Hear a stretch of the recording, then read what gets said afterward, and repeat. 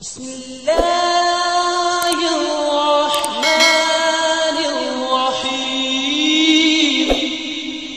Sahabat beriman yang dirahmati Allah, pernahkah Anda mendengar bagaimana Rasulullah SAW sangat memperhatikan nama yang diberikan kepada seorang anak? Suatu ketika, beliau mendapati sahabat bernama Harab, artinya perang.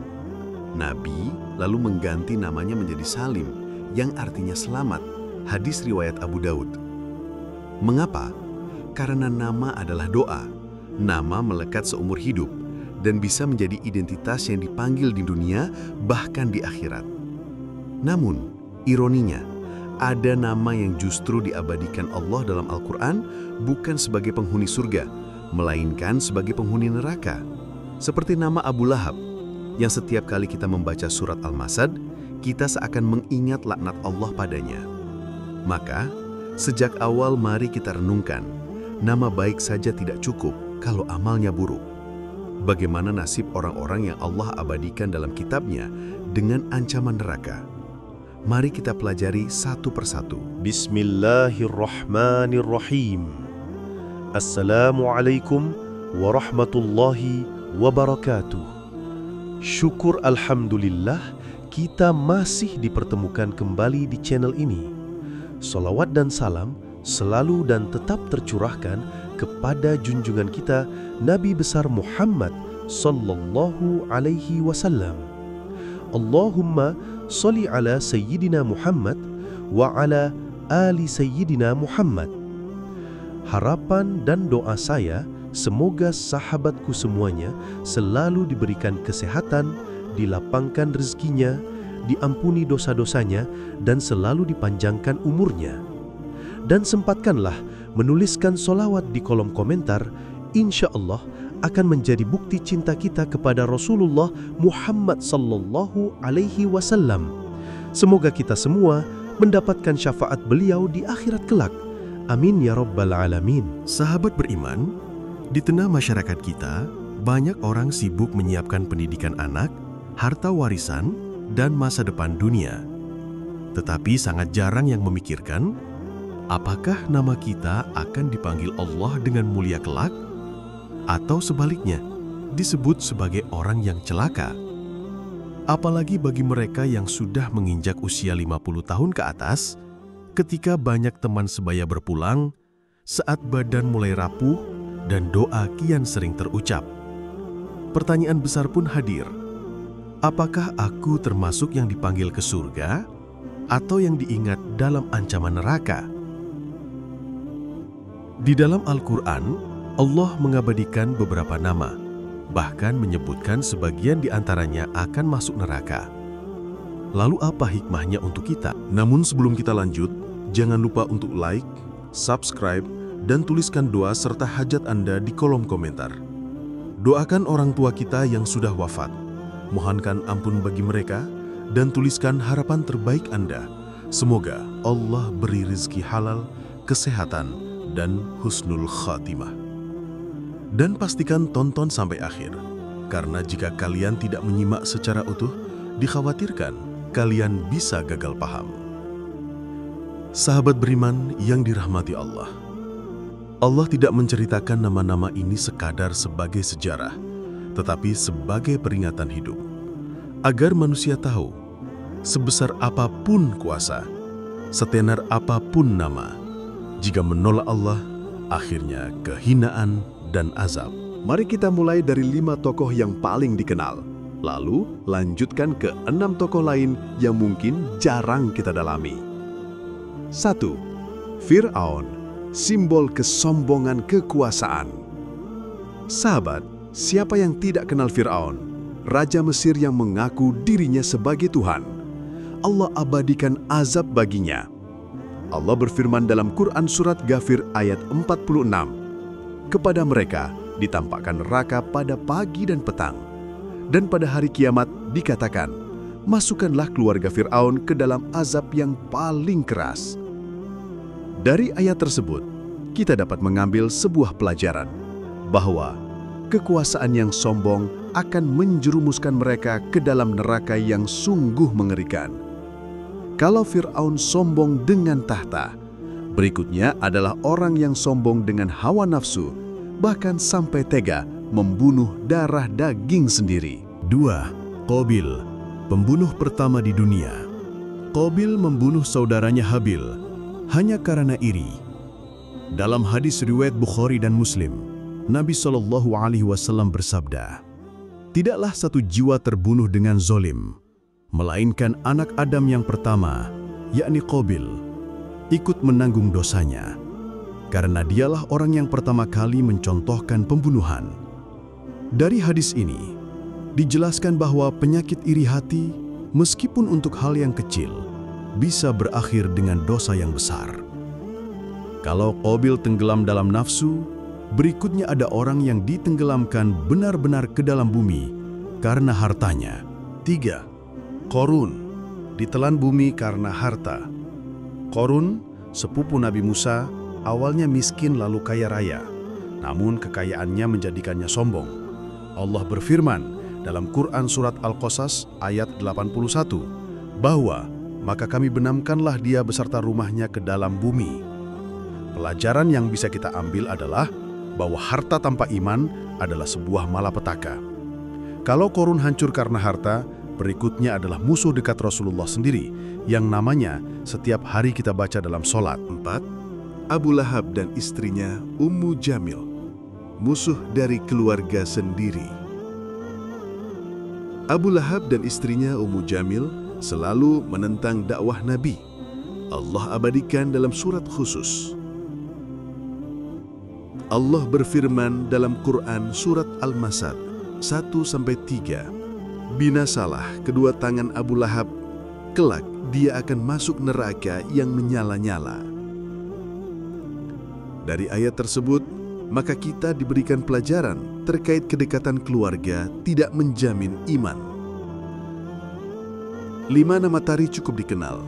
Sekarang, mari kita gali lebih dalam 6 sosok lain yang sering terlupa, padahal sama pentingnya. 6. Haman, arsitek kesombongan Fir'aun. Fir'aun punya tangan kanan, dia adalah Haman. Ia yang diperintah membangun menara kesombongan. Dalam Quran Surat Al-Ankabut ayat 39, Qorun, Fir'aun, dan Haman, Musa datang membawa bukti-bukti nyata, tapi mereka sombong di bumi. Dari kisah Haman ini, kita bisa belajar bahwa kezaliman bukan hanya pelaku utamanya, tapi termasuk juga para pendukungnya. Kalau zaman sekarang biasa disebut dengan tim suksesnya. Dari tangan kanan Fir'aun, kita beralih pada seorang anak Nabi yang justru menolak keselamatan ayahnya. 7. Kan'an, putra Nabi Nuh yang menolak naik bahtera. Kisah ini diabadikan di dalam Al-Quran, yaitu Quran Surat Hud ayat 43. Anaknya berkata, "Aku akan berlindung ke gunung yang dapat melindungiku dari air." Lalu ia termasuk orang-orang yang tenggelam. Kita sebagai umat yang hidup di zaman ini, janganlah terlalu mengagungkan nasab, karena nyatanya nasab tidak bisa menyelamatkan. Anak dari seorang nabi pun ternyata bisa celaka jika ia menolak iman. Kalau Kan'an sombong dengan gunung, berikutnya ada raja yang sombong menantang hujah Nabi Ibrahim. 8. Namrud, raja yang menantang Ibrahim. Kisah Namrud ini bisa kita temukan di dalam Quran Surat Al-Baqarah 258. Tidakkah engkau melihat orang yang membantah Ibrahim tentang Tuhannya? Maka terdiamlah orang kafir itu. Kisah Namrud ini menjelaskan kepada kita, khususnya bagi para pemimpin, bahwa sesungguhnya kekuasaan yang tidak dilandasi iman hanyalah sebuah ilusi. Kalau Namrud arogan di hadapan Nabi Ibrahim, berikutnya adalah pengkhianatan paling menyakitkan dari dalam rumah seorang nabi. 9 istri Nabi Lut dan 10 istri Nabi Nuh. Kisah kedua istri Nabi ini bisa kita temukan di dalam Quran Surat At-Tahrim ayat 10. Dikatakan kepada keduanya, istri Nuh dan istri Lut, masuklah kalian berdua ke dalam neraka bersama orang-orang yang lain masuk. Dari kisah ini, maka perlu dipahami oleh para istri, bahwa suami yang soleh pun tidak otomatis bisa menyelamatkan istri. Karena iman adalah pilihan pribadi. Kalau dua istri Nabi menolak iman, maka terakhir adalah seorang ayah Nabi besar, yang justru menjadi musuh Allah. 11. Azar, ayah Nabi Ibrahim. Allah berfirman dalam Quran Surat Al-An'am ayat 74, "Pantaskah engkau menjadikan berhala-berhala sebagai Tuhan?" Kemudian di ayat yang lain, Quran Surat At-Taubah ayat 114, ketika jelas baginya bahwa ayahnya musuh Allah, maka Ibrahim berlepas diri darinya. Ini artinya bahwa tauhid memiliki kedudukan yang lebih tinggi dibandingkan dengan ikatan darah. Sahabat beriman yang dirahmati Allah, lantas apa ibrah dari semua ini? 1. Jangan tunda taubat. Kan'an menunda, akhirnya tenggelam. 2. Jangan mabuk kuasa dan harta. Fir'aun, Haman, Qorun, semuanya binasa. 3. Jaga rumah dari makar terhadap iman. Istri Nabi pun bisa celaka. 4. Pilih iman meski melawan darah daging, seperti Ibrahim pada ayahnya. Sahabat yang beriman, bagi yang sudah berusia 50 tahun ke atas, kesempatan tinggal sedikit. Mari, jadikan sisa umur ini sebagai bekal agar nama kita dipanggil bersama ahli surga, bukan diabadikan sebagai ahli neraka. Sahabat beriman, kisah ini bukan untuk menakut-nakuti, melainkan untuk menyelamatkan. Jangan sampai kita mengulang jejak mereka. Kalau ada satu kalimat yang menyentuh hati Anda, bagikan kepada keluarga dan sahabat, bukan agar nama kita dikenal, tapi agar kita semua sama-sama selamat.